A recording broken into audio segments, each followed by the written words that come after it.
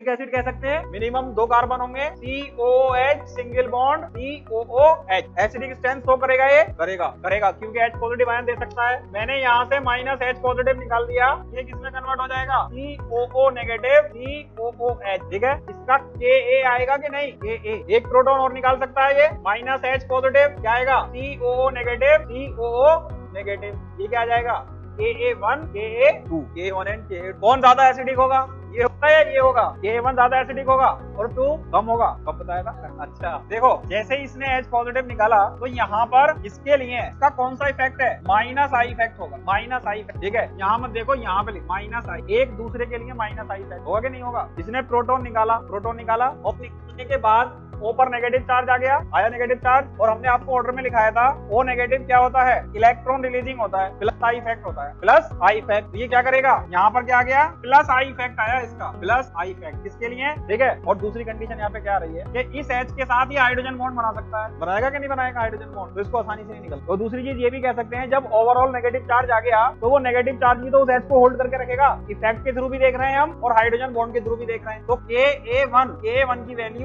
Ka2 से ज्यादा होगी। जब Ka की वैल्यू ज्यादा होगी तो पहला वाला ज्यादा एसिडिक होगा कि नहीं होगा, क्लियर, बात समझ में आ रही है। और बीच में इसके कार्बन आ जाए, डाई कार्बोक्सिलिक एसिड है, कार्बन आ जाए, जैसे COOH CH2 COOH। ठीक है, और हमने क्या किया, 2 कार्बन बढ़ा दिए, CH2 COOH, और क्या लिया, COOH, 3 कार्बन ले लिए। तो कौन ज्यादा एसिडिक होगा, ऑर्डर में पूछना हो, जिसमें कार्बन कम, COOH, दोबारा से ले लो यहाँ पर COOH सिंगल बॉन्ड OH। तो ये सब ज्यादा के बाद ये के बाद। ऑर्डर समझ में आ रहा है कि नहीं आ रहा, अगर समझ में नहीं आ रहा हो तो बता दीजिए, एक बार बता दें, पहले वाला एग्जांपल बता दें तो समझ में आ जाएगा। पहले वाले को C double bond O and OH। ठीक है, COH का इफेक्ट क्या होता है, -I, दूसरे वाले के लिए रेजोनेंस तो इसमें भी है और इसमें भी है, तो ये -I इफेक्ट के थ्रू इलेक्ट्रॉन विड्रॉ करेगा कि नहीं करेगा, ये एसिड है। अगर मैं इससे एक प्रोटॉन निकालता हूँ तो ये रेजोनेंस स्टेबलाइज है, मॉलिक्यूल क्या है, रेजोनेंस स्टेबलाइज। ये नेगेटिव चार्ज डिलोकलाइज कर जाएगा पूरे का पूरा, -12 इस पे जाएगा और -12 पर आ गया। ठीक है, तो ये पहली बात तो ये खुद ही जा रहा है उस प्रोटॉन को निकालना,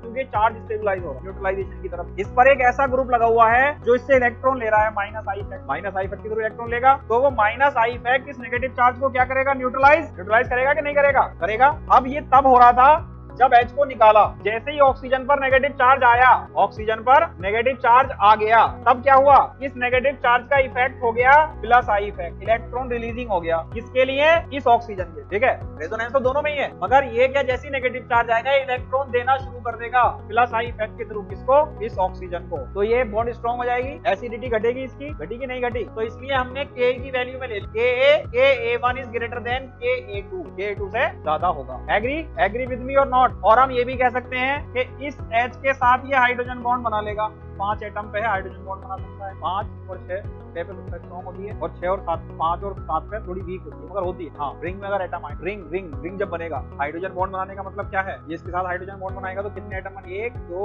3 4 5, और अगर ये 6 हो स्ट्रॉन्ग हो, 6 पे स्ट्रॉन्ग हो, 5 से भी, और 7। हाँ, तो इसका इफेक्ट आ गया, कौन सा है इफेक्ट, प्लस I। यहाँ पे -I था, वहाँ पे प्लस I। और ये नेगेटिव चार्ज, जब ओवरऑल मॉलिक्यूल पर नेगेटिव चार्ज आ गया तो वो भी तो प्रोटॉन को नहीं निकलने देगा, उनको खींचेगा, नेगेटिव चार्ज अट्रैक्ट करेगा पॉजिटिव चार्ज, तो ये आसानी से नहीं। तो एसिडिटी क्या होगी, इंडक्टिव इफेक्ट आ गया, CH3 का इंडक्टिव इलेक्ट्रॉन रिलीजिंग है, इधर को भी इलेक्ट्रॉन रिलीज करेगा, उधर को भी इलेक्ट्रॉन रिलीज करेगा, उसमें और ज्यादा करेगा, इफेक्ट वही लगाएंगे, उसके साथ साथ प्लस I इफेक्ट ऐड होता जाएगा, कार्बन चेन का प्लस I इफेक्ट ऐड होता, क्या हो जाएगा, एसिडिक स्ट्रेंथ डिक्रीज कर। डाई कार्बोक्सिलिक एसिड तो लिए हैं, इनके नाम भी होते हैं सबके सारे, oxalic acid, malonic acid, succinic acid, glutaric acid. एक होता है मैलिक एसिड और फ्यूमेरिक एसिड, नाम सुना है, मैलिक एसिड और फ्यूमेरिक एसिड का नाम नहीं सुना, एप्पल में होता है, ये सुना है, होता क्या है ये नहीं सुना, HCOOH, इस फॉर्म को कहते हैं malic acid, this form is malic acid, trans form is fumaric, COOH HCOO को हम कहते हैं फ्यूमेरिक एसिड, एक ही होते हैं दोनों, फ्यूमेरिक एसिड, ज्योमेट्रिकल आइसोमर है। इन दोनों में कौन ज्यादा एसिडिक, बताइए कौन ज्यादा एसिडिक होगा,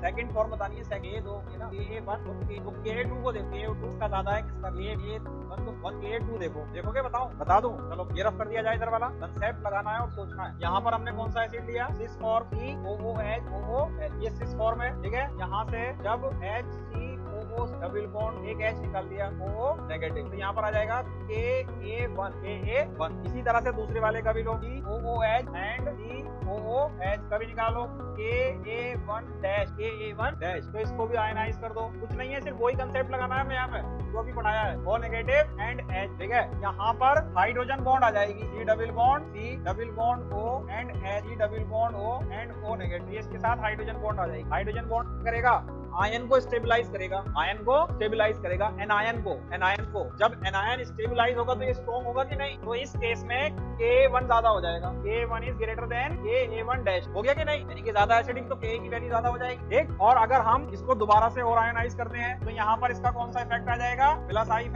इफेक्ट आएगा कि नहीं। यहाँ पर दोबारा से आयनाइज कर दो C double bond H COO negative, ठीक है। तो यहाँ पर आएगा Ka2 और इसके लिए आयनाइज करो C double bond negative H and H, ठीक है। तो इसका भी कौन सा इफेक्ट था यहाँ पर, प्लस आई इफेक्ट, और इसका भी क्या है, प्लस आई इफेक्ट, यहाँ पर प्लस आई इफेक्ट, ठीक है। तो जरा ये देखो, यहाँ पर तो है हाइड्रोजन बॉन्ड और यहाँ पे हाइड्रोजन बॉन्ड नहीं है, तो H किसका मुश्किल से निकलेगा, इसका निकलेगा कि इसका आसानी से निकलेगा, इस वाले का आसानी से निकलेगा कि नहीं, क्योंकि H को हाइड्रोजन बॉन्ड रोक रही है, ठीक है। तो जब जिसमें हाइड्रोजन बॉन्ड रोकेगी H को, तो वो कम एसिडिक, दिक्कत आएगी H को निकालने में, तो यहाँ से आसानी से रिमूव होगा। तो Ka डैश के लिए हम निकल जाता Ka2 डैश, और यहाँ पे Ka2, तो Ka2 डैश की वैल्यू ज्यादा हो जाएगी, Ka थोड़ा सा कंफ्यूजन होगा, मगर आप उस टाइम हाइड्रोजन बॉन्डिंग बन तो सकती है, मगर H को निकालने के बाद हाइड्रोजन बॉन्डिंग तो और आसानी से बन गई है, यानी कि हाइड्रोजन ही तो हाइड्रोजन बॉन्ड बनाएगा, ठीक है। तो हाइड्रोजन बॉन्ड पहले बने या बाद में बने, बाद में प्रोटॉन को तेजी से निकाल देगा, इसमें तो हाइड्रोजन बॉन्डिंग आएगी नहीं, क्या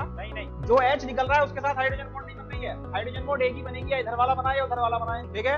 H निकलने के बाद हाइड्रोजन बॉन्ड आसानी से बनेगी, यानी कि हाइड्रोजन बॉन्ड काम क्या कर रही है, एनायन को स्टेबलाइज कर रही है। अभी रुको जिशान, में बहुत बात करूंगा तुमसे, म्यूट कर लो, म्यूट। यहाँ पे क्या है, जैसे ही H पॉजिटिव निकला तो दूसरे H ने O से हाइड्रोजन बॉन्ड बना दी, और कितने आइटम का रिंग बना, 1 2 3 4 5 6 ने 7 का बना, मगर 7 में बनती है 6 के मुकाबले कमजोर। अरे इस O नेगेटिव को स्टेबलाइज कर रहा है, इसे निकालने के बाद एनायन को स्टेबलाइज कर रहा है, हाँ, निकालने के बाद एनायन को स्टेबलाइज कर रहा है। तो एनायन जितना ज्यादा स्टेबलाइज होगा उतना H तेजी से भाग जाएगा, तो H को निकाला, एनायन को स्टेबलाइज कर दिया इस हाइड्रोजन बॉन्ड, ठीक। एनायन स्टेबलाइज हुआ। यहाँ पे हाइड्रोजन बॉन्ड बन नहीं सकती क्योंकि एक दूसरे से बहुत दूर है, करीब होते हैं, बहुत करीब होने पर हाइड्रोजन बॉन्ड नहीं बनती, बहुत दूर होने पर हाइड्रोजन बॉन्ड है, चार नहीं, ओरिएंटेशन ही डिफरेंट हो, ओरिएंटेशन चेंज हो गया, एक इधर है तो दूसरा उधर है, इसमें क्या करीब है एक दूसरे के, नियर बाई, तो ये बना लेंगे हाइड्रोजन बॉन्ड बन जाएगी, ठीक है। अब हाइड्रोजन बॉन्ड बन गई, ये एनायन स्टेबलाइज हो गया। अब यहाँ से हमें ये H निकालना है, इस H को ये रोके हुए है, यहाँ पे ऐसा कोई फैक्टर नहीं है, जब यहाँ पे फैक्टर नहीं है तो H आसानी से निकाल देंगे इसका, ठीक है। तो हम क्या कह सकते हैं, जिसका